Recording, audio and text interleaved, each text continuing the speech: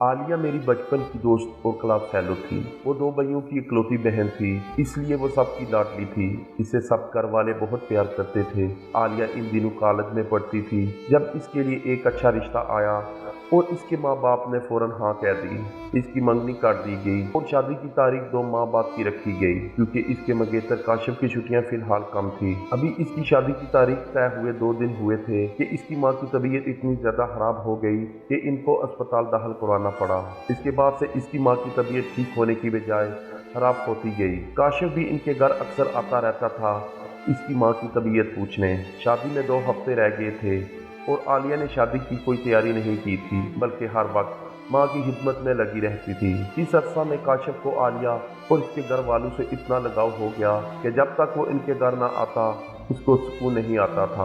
फिर एक दिन आलिया की माँ की तबीयत इतनी बिगड़ी कि वो दुनिया से रुखसत हो गई। आलिया के लिए ये बहुत बड़ा सदमा था।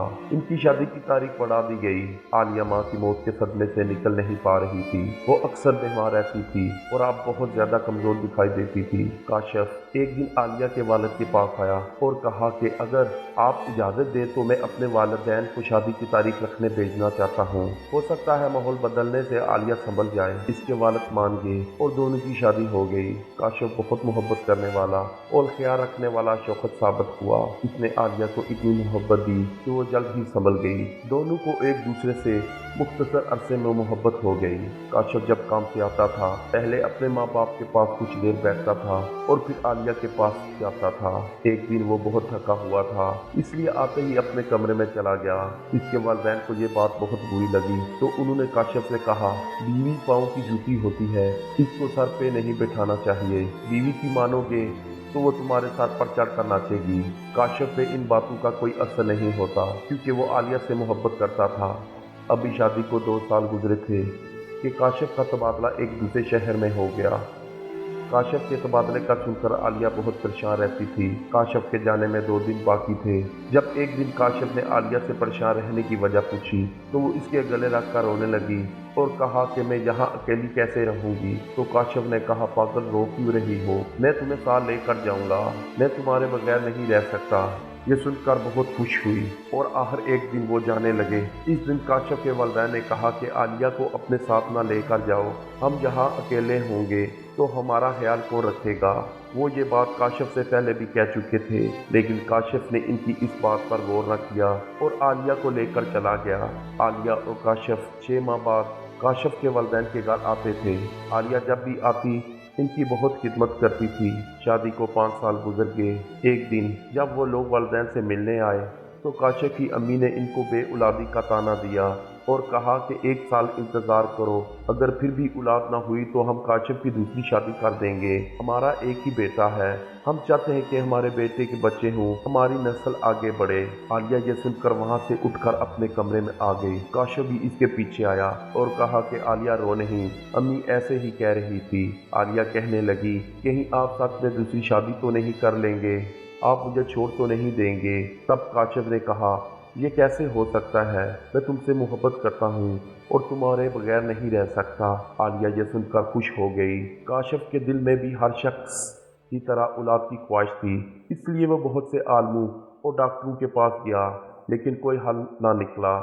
एक दिन आलिया के अब्बू का फ़ोन आया कि इसके भाई की शादी है, इसलिए इसको 1 हफ्ते पहले आना होगा, क्योंकि शादी की शॉपिंग इसको ही करनी है। आलिया ने हामी भर ली। अगली सुबह ऑफिस जाते हुए काशिफ को अपने अब्बू के घर छोड़ा गया। 2-3 दिन बाद आलिया अपने घर से कुछ सामान उठाने आई तो देखा कि काशिफ और वालिदैन इन्हीं के घर पे आए हुए हैं। काशिफ का रवैया इसको अजीब लगा, लेकिन इसने कुछ ना कहा। आलिया ने काशिफ से कहा कि मैंने शॉपिंग करनी है। काशिफ इसको शॉपिंग पर ले गए। वहाँ काशिफ ने एक सूट और कुछ ज्वेलरी ली। आलिया खुश हो गई कि ये इसके लिए है। आलिया ने कहा, मुझे ये सूट बहुत पसंद आया है। काशिफ ने कहा कि ये सूट मेरे एक दोस्त के लिए है, इसकी शादी है, वो गरीब है, इसलिए मैंने इसे कहा कि मैं ले आऊँगा ये चीज़ें। आलिया खामोश हो गई। आलिया के भाई शादी के दिन भी काशिफ न आया। इसके जेठ और जेठानी आए। आलिया ने काशिफ का पूछा तो उन्होंने कहा, आज इसके दोस्त की शादी थी, वो कल आएगा।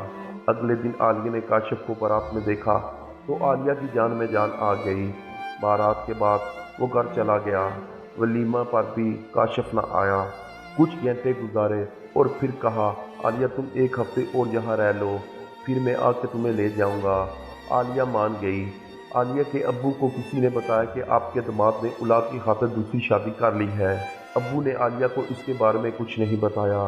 3 दिन बाद जब मैं काशिफ को फ़ोन मिला रही थी तो मेरे भाई ने आकर मुझसे फ़ोन ले लिया और बताया कि तुम्हारे शौहर ने औलाद की खातिर दूसरी शादी कर ली है। आलिया अपने आप में ना रही। आलिया के अब्बू ने कहा, अब फैसला तुमने करना है कि तुम तलाक लोगी या अपनी शौकन के साथ रहोगी। मैंने कहा, मैं काशिफ के साथ रहूँगी। मैंने काशिफ को फ़ोन किया और पूछा कि क्या यह सच है जो मुझे मेरे घर वाले बता रहे हैं। तो इसने कहा, हाँ यह सच है, मेरे वालिदैन ने औलाद के लिए मेरी दूसरी शादी कर दी है, लेकिन फ़िक्र ना करो, मैं तुम्हारे साथ ही रहूँगा। अगले दिन वो आलिया को ले आया। कुछ दिन बाद काशिफ ने अपना तबादला अपने वालिदैन के घर वाले शहर में करवा दिया। आलिया के लिए इसने वालिदैन के घर के साथ एक घर ले लिया। वो शुरू में आलिया के साथ रहता, फिर एक दिन वालिदैन के घर गया तो एक हफ्ते बाद आया। इस घर में इसकी दूसरी बीवी रहती थी। आलिया खामोश रहती थी। वो जब अकेली होती रोती थी और सोचती थी कि औलाद न होना कितना बड़ा गुनाह है और इसकी ज़ात सिर्फ औरत को क्यों मिलती है, हालांकि औलाद मर्द के नसीब से होती है। जब काशिफ इसके घर आता वो खुश हो जाती और इसे खुश रखने की हर मुमकिन कोशिश करती, लेकिन वो फिर भी वालिदैन के घर चला जाता।